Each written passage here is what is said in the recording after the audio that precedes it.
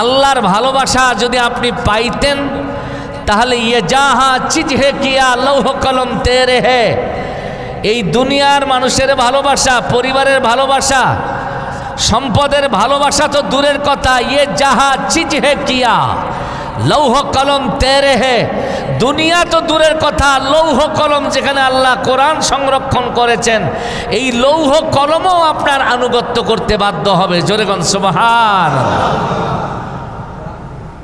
कि मोहब्बत से वफा तूने तो हम तेरे है, ये जहाँ चीज है किया लौह कलम तेरे है।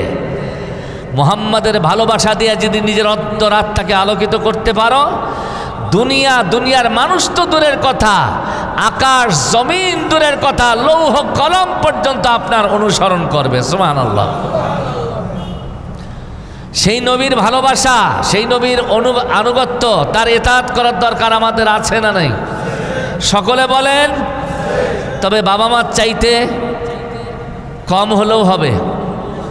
হ্যাঁ, আল্লাহ রাব্বুল আলামিন কোরআনে কারীমের মধ্যে বললেন, কুল ইন কানা আবাউকুম ওয়া আবনাউকুম ওয়া ইখওয়ানুকুম وأزواجكم وعشيرتكم وأموال اقترفتموها وتجارة تخشون كسادها ومساكن ترضونها أحب إليكم من الله ورسوله وجهاد في سبيله فتربصوا حتى يأتي الله بأمره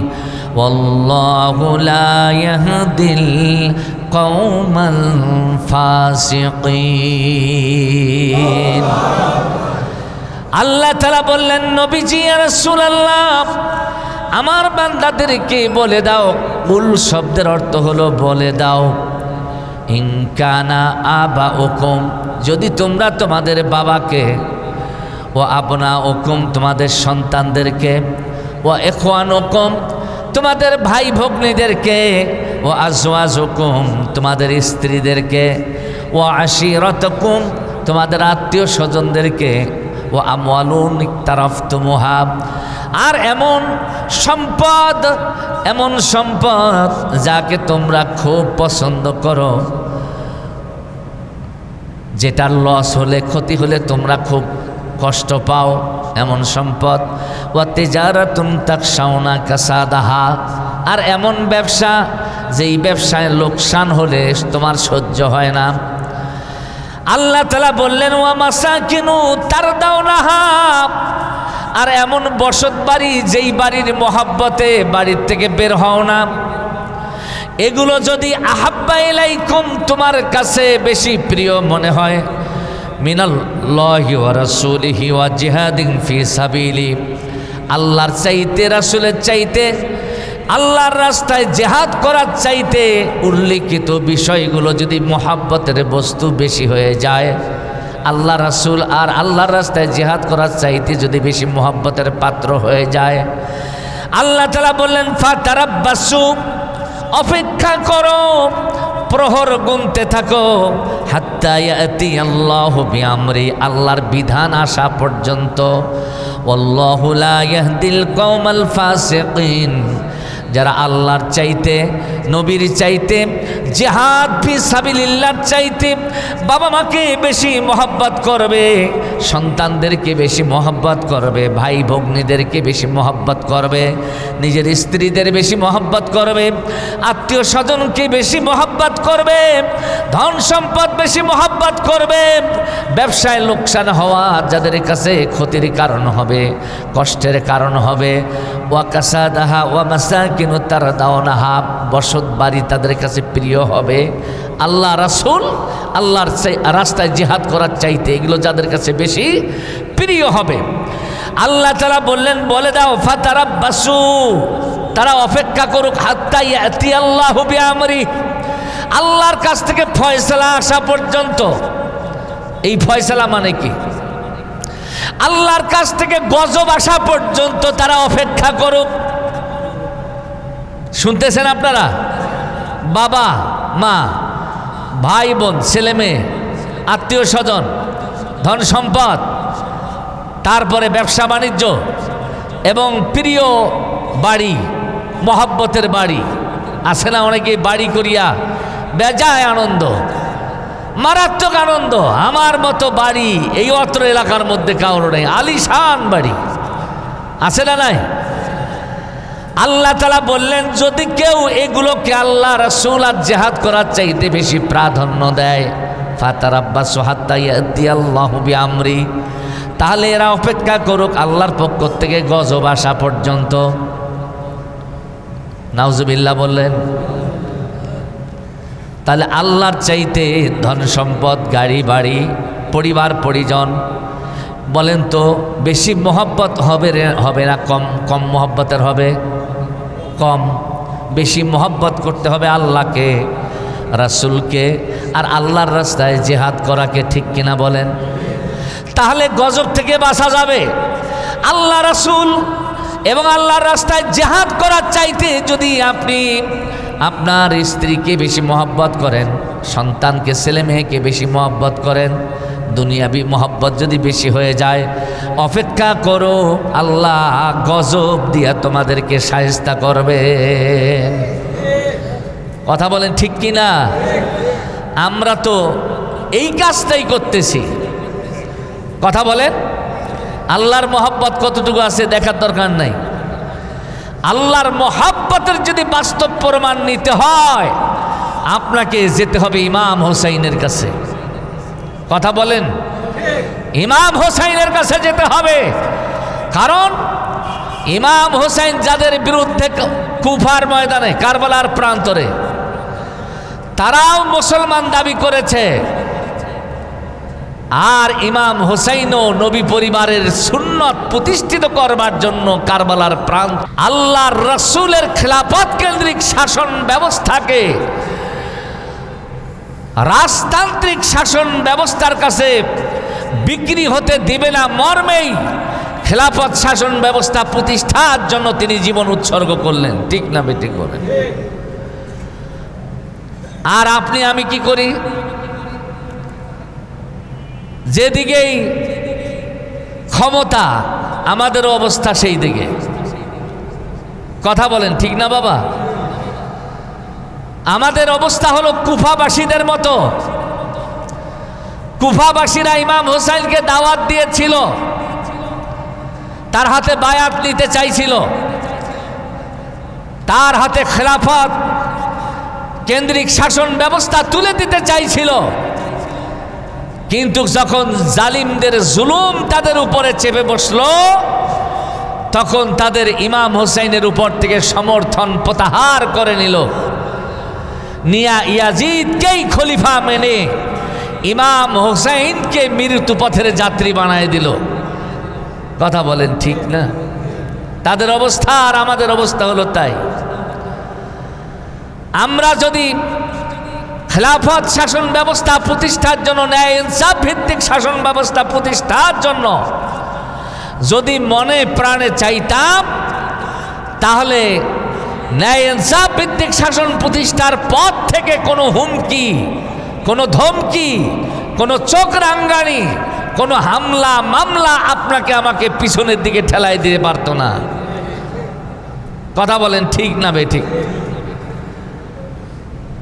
সম্মানিত উপস্থিতি, জয়নব ইয়াজিদের সামনে উবাইদুল্লাহ বিন জিয়াদকে ডাক দিয়ে বললেন, আমি জয়নব, আমার শরীরে এক ফোঁটা রক্ত থাকতে নবী পরিবারের সদস্য ইমাম হোসাইনের সন্তান জয়নুল আবদিনের উপরে একটা আঘাত সহ্য করা হবে না। উবাইদুল্লাহ বিন জিয়াদ, তার হাতে সৈন্যবাহিনী আছে, কুফার গভর্নর ক্ষমতা আছে, এবং ইয়াজিদ সেই সময় খলিফা, জালিম খলিফা, তারও সমর্থন উবাইদুল্লাহ বিন জিয়াদের পক্ষে আছে। কথা বলেন ঠিক কিনা? তার মানে রাষ্ট্র ক্ষমতা, সম্পদ, সৈন্যবাহিনী সবগুলো ওবাইদুল্লাহ বিন জিয়াদের পক্ষে, জয়নুল আবদিনের পক্ষে আল্লাহ। আর জয়নব ছাড়া সমর্থন দেওয়ার মতো আর কেউ নাই। ওবাইদুল্লাহ বিন জিয়াদ আশ্চর্য হয়ে গেল, ঈমান কারে কয়? বিপদের মুহূর্তেও, জীবন প্রদীপ নিভে যাওয়ার সম্ভাবনাময় মুহূর্তেও যারা অন্যায়ের প্রতিবাদ করে, ন্যায়ের পথে অবিচল থেকে হুঙ্কার দেয়, প্রকৃত তারাই ঈমানদার। জোরে জোরে বলেন ঠিক কিনা?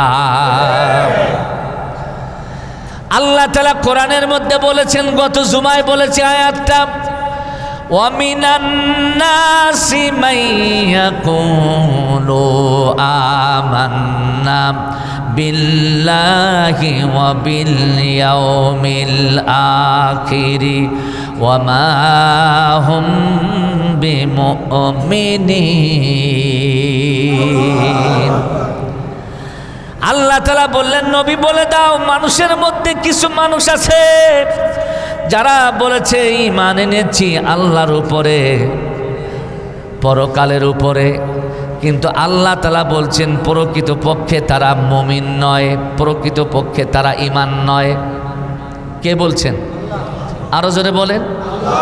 এই আয়াতটা মুনাফিক আব্দুল্লাহ ইবনে উবাই, মদিনার মুনাফিক, তার শানে নাজিল হয়েছে। তার শানে নাজিল হয়েছে বটে, কিন্তু এর শিক্ষা, এটা সুবিস্তৃত পথ পাড়ি দিয়ে কিয়ামত পর্যন্ত মানবতার উপরে প্রভাব বিস্তার করবে। আল্লাহু আকবার বলেন। তার মানে এই আয়াতটা শুধু উবাই মুনাফিক সম্বন্ধে নাজিলের সূচনা হয়েছে, কিন্তু এর কর্মক্ষেত্রের মধ্যে আপনি, আমি, দুনিয়ার মানুষ সবাই জড়িত। কথা বলেন ঠিক কিনা? আল্লাহ রব্বুল আলামিন বললেন, ও নবী বলে দাও, এরা ঈমানের দাবি করার পরও কেন ঈমানদার হবে না? কারণটা কি? কি কারণে এরা ঈমানদার হবে না বলে দাও। ইউখাদিউনাল্লাহা ওয়াল্লাযীনা আমানু ওয়া মা ইয়াখদাউনা ইল্লা আনফুসাহুম ওয়া মা ইয়াশউরুন।